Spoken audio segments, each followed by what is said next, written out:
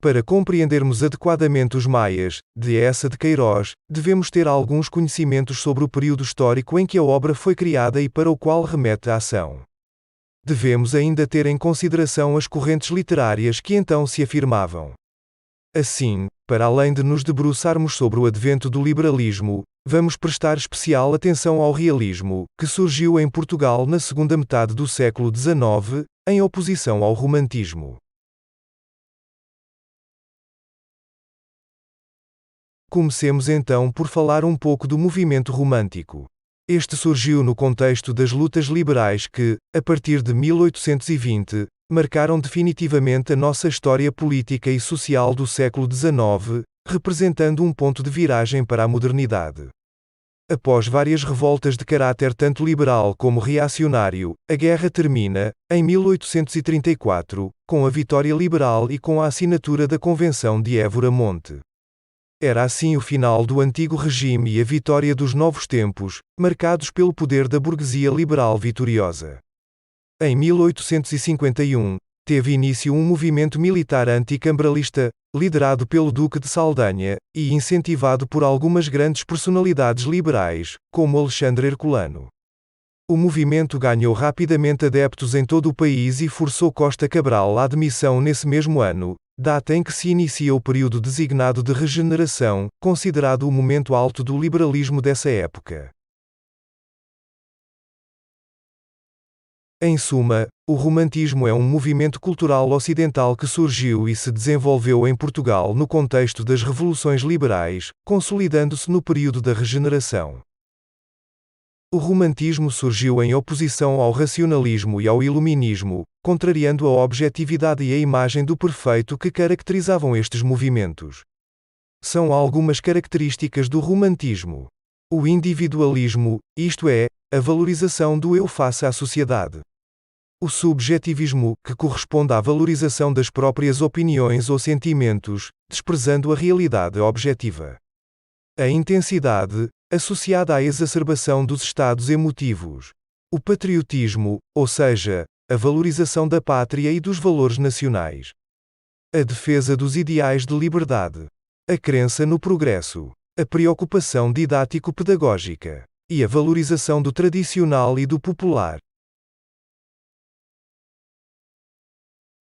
Na realidade, o romantismo da segunda metade do século XIX começou a revelar um desgaste de temas e de formas. Era uma literatura baseada numa sensibilidade piegas, por vezes até doentia, a que se convencionou chamar ultrarromântica, e que não tinha em conta as correntes científicas e filosóficas que na altura se difundiam pela França, a Alemanha e Inglaterra. A geração de 70 fez-se notar a partir de 1865, tendo Antero de Quental como figura de proa e de maior profundidade reflexiva, e integrando ainda literatos como Ramalho Ortigão, Guerra Junqueiro, Teófilo Braga e Eça de Queiroz. Os homens da geração de 70 tiveram a possibilidade e, sobretudo, a apetência de contacto com a cultura mais avançada da Europa. Puderam, pois, aperceber-se da diferença que havia entre o estado das ciências, das artes, da filosofia e das próprias formas de organização social no país e em nações como a Inglaterra, a França ou a Alemanha. Em consequência, esta juventude liberal e progressista não se revia nos formalismos estéticos nem naquilo que consideravam ser a estagnação social, institucional, económica e cultural a que assistiam. O seu inconformismo havia de se manifestar em diversas ocasiões, com repercussões públicas dignas de registro. A questão Coimbra, também conhecida como a questão do bom senso e bom gosto, foi uma das mais importantes polêmicas literárias do grupo que viria a ser apelidado de Geração de 70, e marcou o primeiro momento na substituição do romantismo pelo realismo. Com a questão Coimbra, entraram em conflito o velho sentimentalismo do ultrarromantismo personificado por António Feliciano de Castilho que, a partir de Lisboa, irradiava a sua influência literária. E a escola de Coimbra, liderada por Antero de Quental, que procurava apontar um novo caminho que, dispensando autoridades e autoritarismos, defendia a inovação e um maior comprometimento da literatura com as realidades sociais, e uma maior abertura à evolução científica e literária europeia. O segundo momento da introdução do realismo em Portugal esteve relacionado com a atividade da geração de 70, que dava continuidade ao movimento iniciado em 1865 pela Questão Coimbra. O grupo reuniu-se na capital, formando o Cenáculo, um conjunto de tertúlias literárias e ideológicas organizada para discutir livremente assuntos da política às artes e da sociedade às ciências. Em 1871, organizou as Conferências Democráticas do Casino Lisbonense, com as quais chamou definitivamente a atenção da sociedade. Na realidade, a geração de 70 foi a responsável pela viragem ideológica da segunda metade do século XIX. A escola literária do realismo surge, na segunda metade do século XIX, como reação aos excessos do romantismo.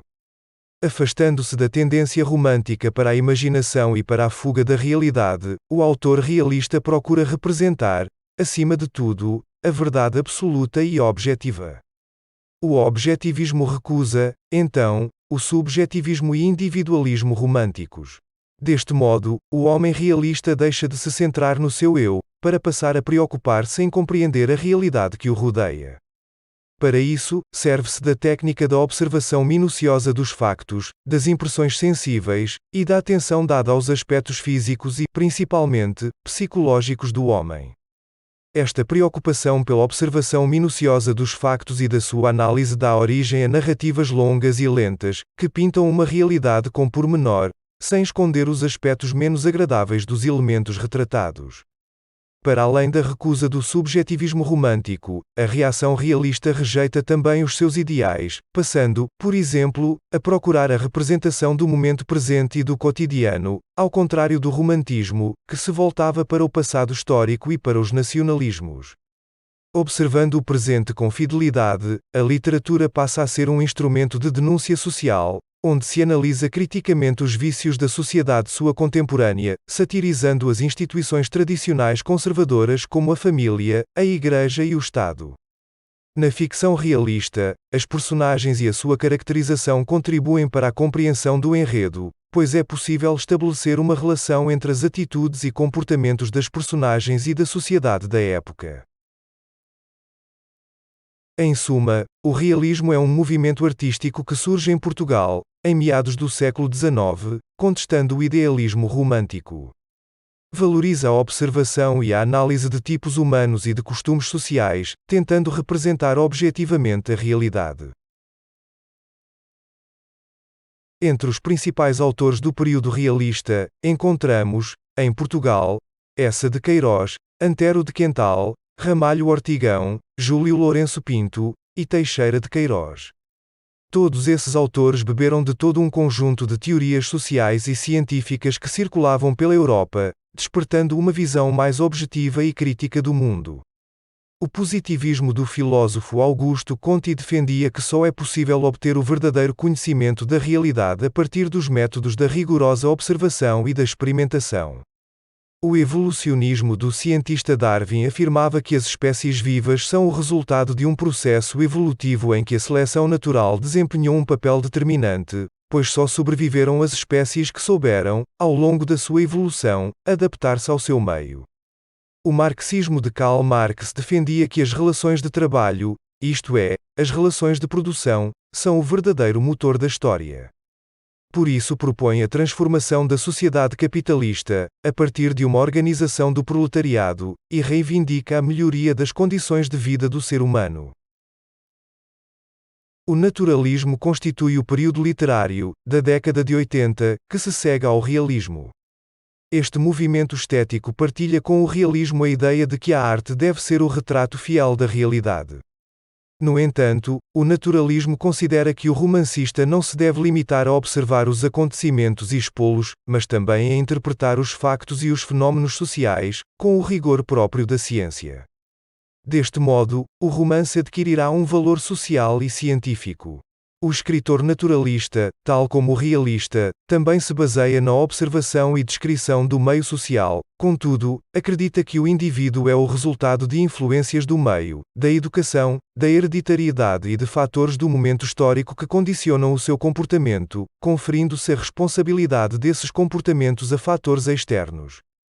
Os termos realismo e naturalismo são usados, muitas vezes, como sinônimos, isto porque, de facto, existem muitos pontos em comum entre o romance realista e o naturalista. Aliás, por vezes, é difícil classificar um autor ou uma obra como pertencente a uma destas correntes literárias. Por exemplo, Eça de Queiroz é considerado por alguns críticos realista e, por outros, naturalista. Em suma, o naturalismo é um movimento estético-literário da segunda metade do século XIX, estreitamente relacionado com o realismo, que retoma a necessidade da observação objetiva da realidade e as preocupações socioculturais, acentuando, contudo, os seus pressupostos ideológicos e científicos.